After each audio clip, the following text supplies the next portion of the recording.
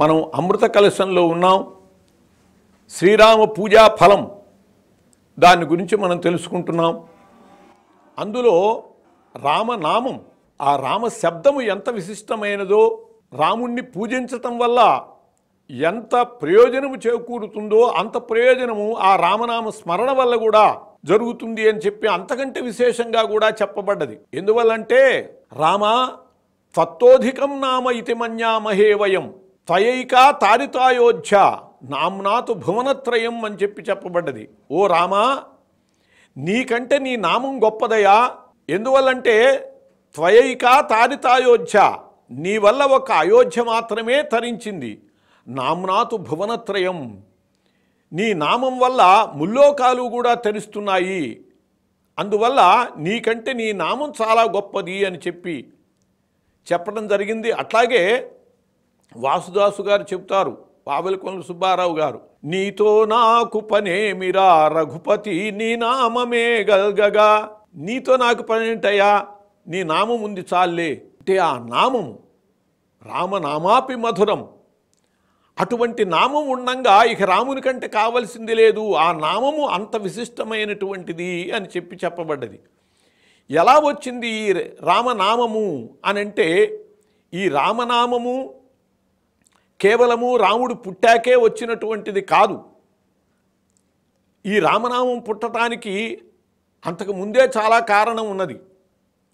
ప్రాచేతసుడు శతకోటి ప్రవిస్త రామాయణాన్ని వ్రాశాడు. అంటే 100 కోట్ల శ్లోకాలతో ప్రాచేతసుడు రామాయణాన్ని రచించి బ్రహ్మలోకానికి తీసుకువెళ్ళాడు. బ్రహ్మదేవుడు సకల లోక వాసులతో సభ తీర్చి ఉన్నాడు. అటువంటి సందర్భంలో 100 కోట్ల రామాయణాన్ని ఆ బ్రహ్మదేవుని సమ్ముఖంలో ఉంచితే ఆ బ్రహ్మదేవుడు దాన్ని పరిశీలిస్తూ ఉండంగానే భూలోకవాసులు, అయ్యా ఇది మా ప్రాచేతసుడిని మేమే స్వీకరించాలి అని అన్నారు. ఊర్ధ్వలోకవాసులు ఈ రామాయణం అంతా మాకు కావాలి అన్నారు. అధోలోకవాసులు కూడా ఈ రామాయణాన్ని మాకు ఇవ్వండి అని చెప్పి బ్రహ్మదేవుని అడిగారు. ఈ వివాద సందర్భంలో శ్రీమన్నారాయణుడు ఈ శతకోటి ప్రవిస్త రామాయణాన్ని 100 కోట్ల శ్లోకాల రామాయణాన్ని 3 భాగాలు చేశాడు. 33,33,333 శ్లోకాలు భూలోకానికి, 33,33,33,333 దేవలోకానికి, అలాగే 33,33,33,333 పాతాళలోకానికి ఇలా పంచి ఇచ్చాడు. ఇదంతా కూడా పార్వతితో పరమేశ్వరుడు చెప్తాడు ఆనందరామాయణంలో. ఓ పార్వతి, అలా పంచితే ఇంకొక శ్లోకం మిగిలింది. శ్లోకం అంటే అనుష్టుప్పు శ్లోకానికి 32 అక్షరాలు ఉంటాయి. ఈ 32 అక్షరాలను కూడా మళ్ళీ పంచాడు. 3 పదులు 30, 3 లోకాలకి పంచాడు. ఇంకా 2 అక్షరాలు మిగిలాయి. ఆ 2 అక్షరాలని నేను కోరటం వల్ల శ్రీమన్నారాయణుడు ఆ 2 అక్షరాలని నాకు ఇచ్చాడు పార్వతి. ఆ 2 అక్షరాలనే నేను కాశీలో, అవిముక్త క్షేత్రమైనటువంటి కాశీలో మరణించినటువంటి వాళ్ళ కుడి చెవిలో ఉపదేశిస్తూ ఉంటాను అన్నాడు పరమశివుడు. ఏమిటి ఆ 2 అక్షరాలు? రామ ఇత్యక్షరద్వయం. కాబట్టి రామ అనేటటువంటిది అలా ఏర్పడ్డది.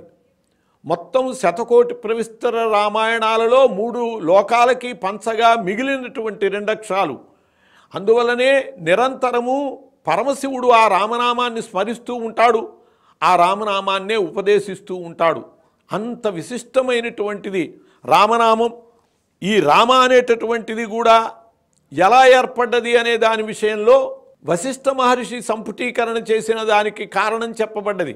రా అనేటటువంటిది నారాయణ అష్టాక్షరిలో జీవాక్షరమని, ఓం నమో నారాయణాయ అనేటటువంటి మంత్రంలో రా అనేటటువంటిది జీవాక్షరం. జీవాక్షరం అంటే ఏమిటంటే ఏ అక్షరాన్ని తీసేస్తే దాని శక్తి అంతా క్షయించి అది వ్యతిరేకార్థకమవుతుందో అది జీవాక్షరం. నాయనాయ అని అయిపోతుంది, నా అయనాయ అని విరుద్ధార్థం అవుతుంది నారాయణాయ అనే దాంట్లో రా తీసేస్తే. అట్లాగే దాని నుంచి రా వచ్చింది. ఓం నమ శివాయ అనేటటువంటి శివ షడక్షరీ మంత్రం నుండి మా వచ్చింది. అందులో మా జీవాక్షరం. నమశివాయలో మా తీసేస్తే నశివాయ అమంగళకరమైపోతుంది, పూర్తిగా అర్థవిరుద్ధం అవుతుంది. అందువల్ల ఆ 2 జీవాక్షరాలు అయినటువంటి రా మా అనేవి 2 కలిసి, అంటే హరిహర అద్వైత తత్వము రామ అనేటటువంటిది అందరికీ స్వీకార్యమైనటువంటిది రామ, ఎవ్వరికీ వ్యతిరేకం కాదు. అటువంటి వాడు శ్రీరాముడు, అటువంటిది శ్రీరామనామం. రామనామానికి ఎంత శక్తి ఉన్నది అనేదానికి నిరూపణము హనుమంతుడే. ఆయనే నిరూపించాడు. రామ బాణము కంటే కూడా రామనామము గొప్పది అని చెప్పి. యయాతి చరిత్రలో విశ్వామిత్రుణ్ణి ఆయన గౌరవించలేదని చెప్పి ఆ యయాతిని సంహరించమని చెప్పి ఆదేశించాడు విశ్వామిత్రుడు. నా గురువుకి అపకారం చేసిన వాడిని సంహరించేస్తాను అని చెప్పి శ్రీరాముడు అభయం ఇచ్చాడు. అదే సమయానికి నారదుడు ఈ యయాతిని నెమ్మదిగా ఆంజనేయ స్వామి దగ్గరికి పంపాడు. ఆయన్ని శరణు వేడు, ఇంత తప్పితే నిన్ను రక్షించగలవాళ్ళు లేరని. ముందు అభయం ఇచ్చాడు, నీ ప్రాణాలకి నేను రక్ష అని చెప్పి అభయం ఇచ్చాక చెప్పాడు, రాముడి వల్ల నాకు ప్రమాదం ఉన్నదని. చాలా ఖిన్నుడయ్యాడు హనుమంతుడు. ఎందువల్లంటే రాముడు చంపుతాను అన్నవాడిని తాను రక్షించటం ఏమిటి? అయినా మాట ఇచ్చాడు కాబట్టి దానికి కట్టుబడి రామునితో పోరాడలేదు. కేవలము రామనామము చేస్తూ అలా నిలబడిపోతే ఆయన మీద ఏ బాణాలు ప్రయోగించినా కూడా అవేమీ చేయలేకపోయాయి. అలా రామ బాణము కంటే రామనామము గొప్పది అని చెప్పి నిరూపించినటువంటి వాడు హనుమంతుడు. ఆయన యొక్క సమస్త శక్తులకి ఆ రామ నామమే కారణం అని చెప్పి అట్లా అంతటి శక్తి కలిగినటువంటి రామనామాన్ని నిరంతరము జపించటం కంటే మనుష్యునికి కావలసింది లేదు అని చెప్పి చెప్పబడ్డది. సప్తకోటి మహామంత్రా చిత్త విభ్రమకారకా ఏక ఏవ పరో మంత్ర రామ ఇత్యక్షరద్వయం అని చెప్పారు. 7 కోట్ల మంత్రాలు ఉన్నాయి. ఇన్ని మంత్రాలు కూడా మనస్సుని పిచ్చెక్కించేవే, చిత్త విభ్రమకారకాలే. అన్నిటికంటే పరమమైనటువంటిది ఒకే ఒక మంత్రం ఉన్నది అన్నారు. ఏమిటి అంటే రామ ఇత్యక్షరద్వయం. రామ అనే 2 అక్షరాలు 7 కోట్ల మహామంత్రాల కంటే చాలా గొప్పవి అని చెప్పి చెప్పబడ్డాయి. అటువంటి రామనామము యొక్క విశిష్టత అది సహస్రనామం, విష్ణు సహస్రనామంతో సమానమైనది అని చెప్పి సాక్షాత్తు పరమేశ్వరుడే చెప్పాడు. విష్ణు సహస్రనామాల్లో మనం చదువుతూ ఉంటాం. పార్వతీదేవి అడిగింది, కేనోపాయేన లఘునా మహానుభావ విష్ణోర్నామ సహస్రకం పఠ్యతే పండితైర్నిత్యం. సులభమైన ఉపాయంతో విష్ణు సహస్రనామం చేసేటటువంటి మార్గం ఏమిటి చెప్పమన్నది పార్వతి. ఎందుకు చెప్పమన్నది అంటే తన బిడ్డల మీద అపారమైన ప్రేమ ఆ తల్లికి. జగతపితరవు వందే పార్వతీ పరమేశ్వరవు. ఈ జగత్తుకి తల్లిదండ్రులు వాళ్ళు. తమ బిడ్డలకి వచ్చేటటువంటి కష్టాలు నష్టాలు వాళ్ళ సందేహాలు ఇవన్నీ ఆ తల్లే తీరుస్తూ ఉంటుంది. ఎలా అంటే తన భర్తను అడిగి తనకు సందేహం ఉన్నట్లుగా అడుగుతుంది. తన సందేహం కాదు, తన బిడ్డల యొక్క సందేహాల్ని పరమశివుడు సర్వజ్ఞుడు కాబట్టి ఆయన అడుగుతూ ఉంటుంది.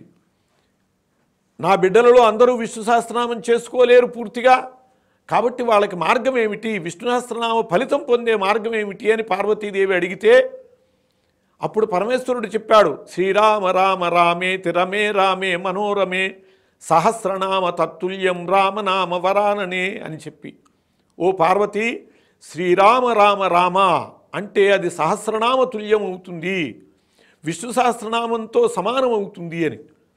అంటే ఎవరికి ఇది చదువుకోలేదు, ఏవో సమస్యలు ఉన్నాయి, వాళ్ళకి అవకాశం లేదు విష్ణు సహస్రనామం పారాయణ చేసే అవకాశం, అటువంటి వాళ్ళ కోసమని. అంతేగాని ఏమీ పని లేకుండా కూర్చుని విష్ణు సహస్రనామం పారాయణ చేసేవాళ్ళు కూడా ఆ పుస్తకాన్ని అవతల పెట్టి ఈ మాట అంటే చాలని చెప్పి అలా అంతం కాదు లక్ష్యం. అవకాశం లేనటువంటి వాళ్ళు శ్రీరామ రామ రామ అంటే చాలు విష్ణు సహస్రనామం చేసినంత ఫలితాన్ని ఇస్తుంది. దానిలో ఒక పరమార్థం కూడా ఉన్నది. రామ అనేటటువంటిది రా అనేది కటపయాది సంఖ్యాశాస్త్రం ప్రకారము యవర్గలో 2వ అక్షరం, యారాలావా 2వ అక్షరం. మా అనేటటువంటిది పవర్గలో 5వ అక్షరం, పాప బాబా మా. రా ఈజ్ ఈక్వల్ టు 2, మా is equal to 5, 2 × 5 10. Srirama Rama Rama 3 మాటలు రామ అనాలి. కాబట్టి రామ ఈజ్ ఈక్వల్ టు 10 × 10 × 10 1000. సహస్రనామ తత్తుల్యం, అది సహస్రనామములు చేసినటువంటి ఫలితాన్ని ఇస్తుంది అని చెప్పి పరమశివుడే విష్ణు సహస్రనామాల్లో స్వయంగా చెప్పాడు.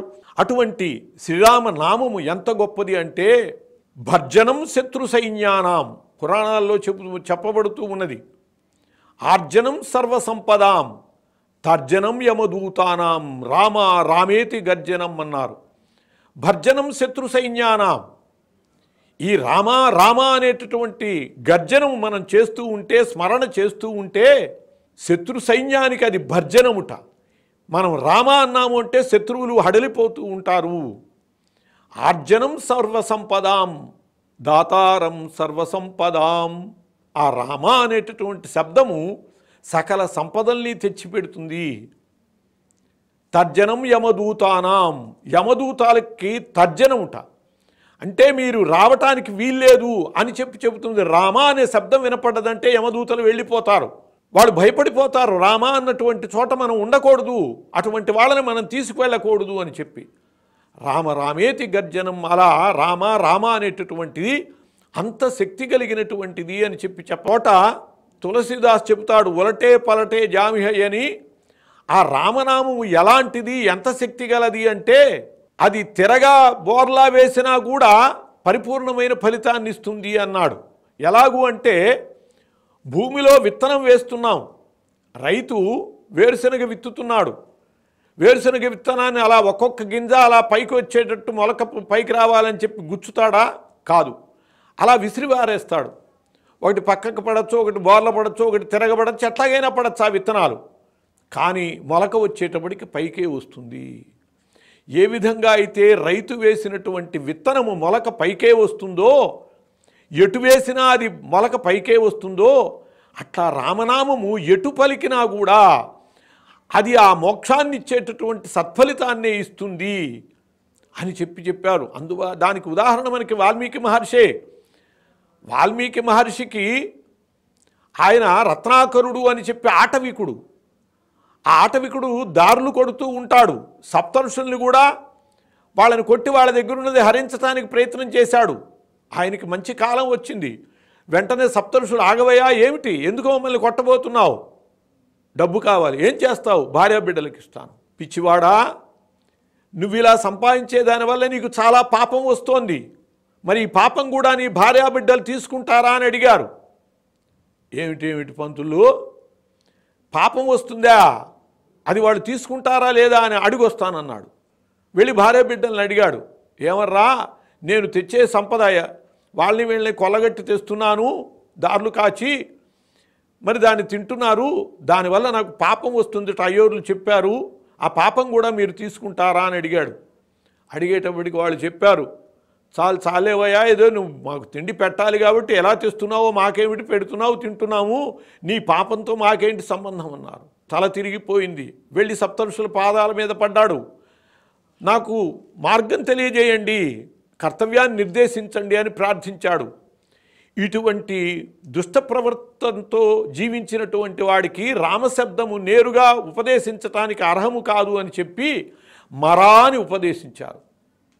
దాన్నే చెప్పించమన్నారు. అట్లాగే మరామ రామ రామ రామ రామ రామ రామ రామ అయిపోయింది. అలా ఉలటే పలటే జామే తిరగేసి చెప్పినా కూడా ఆయనకి రామమంత్రము పొందినటువంటి సత్ఫలితమే వచ్చింది. ఆ వాల్మీకి మహర్షి అందించినటువంటి రామాయణాన్నే ఈనాటికి కూడా మనం చదువుకుంటూ కూజంతం రామ రామేతి మధురం మధురాక్షరం ఆరుహ్య కవితా శాఖాం వందే వాల్మీకి కోకిలం అని చెప్పి ఆ వాల్మీకి మనం ఈనాటికి కూడా నమస్కారం చేసుకుంటూ ఉన్నాం. అటువంటి స్థితిని కల్పించింది ఏమిటి అంటే రామనామము. ఏ విధంగా అది ఉపదేశం పొందినా కూడా ఆ రామనామం సత్ఫలితాన్నే ఇస్తుంది.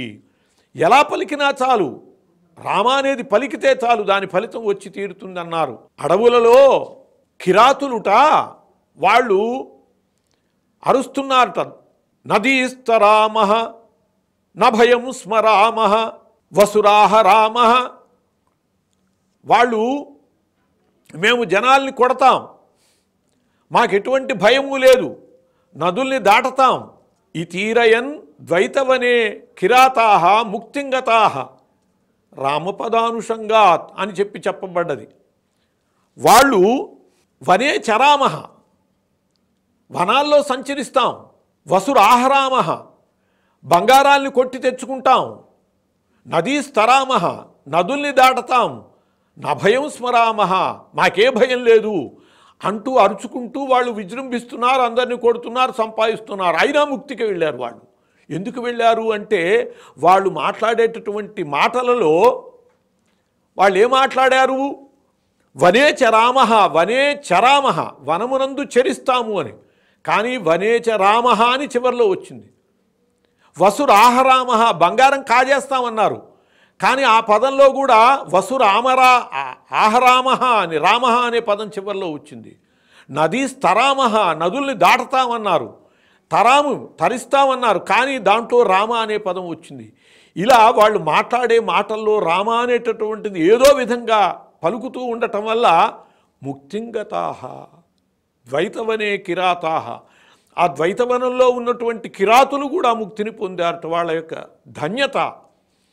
వాళ్ళు ఎలా మాట్లాడినా కూడా వాళ్ళ మాటల్లో రామశబ్దం వచ్చింది కాబట్టి వాళ్ళు ముక్తిని పొందారు. అంటే ఆ రామనామము యొక్క మహత్వము ఎంతని చెప్పగలం?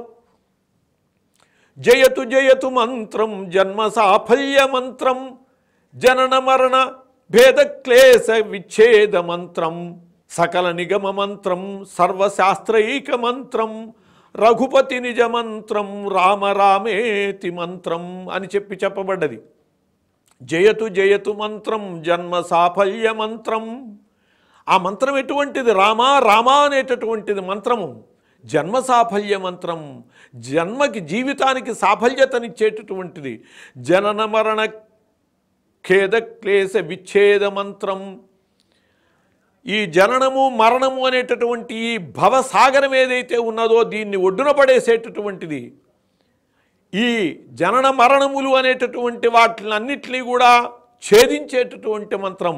సకల నిగమ మంత్రం, సర్వశాస్త్రైక మంత్రం. వేదములన్నిటిలో చెప్పబడేది, సకల శాస్త్రాల యందు పరమ రహస్యంగా చెప్పబడేది రఘుపతి నిజ మంత్రం, రామ రామేతి మంత్రం. అటువంటి ఆ శ్రీరామచంద్రుని యొక్క మంత్రము, రామమంత్రం ఉన్నదే, అది మనకి భవబంధాల నుంచి రక్షించగలిగినటువంటిది.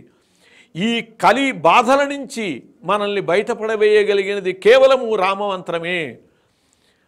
రామ రహస్యోపనిషత్తులో హనుమంతుడు చెబుతాడు రామమంత్రము ఎంత గొప్పదో.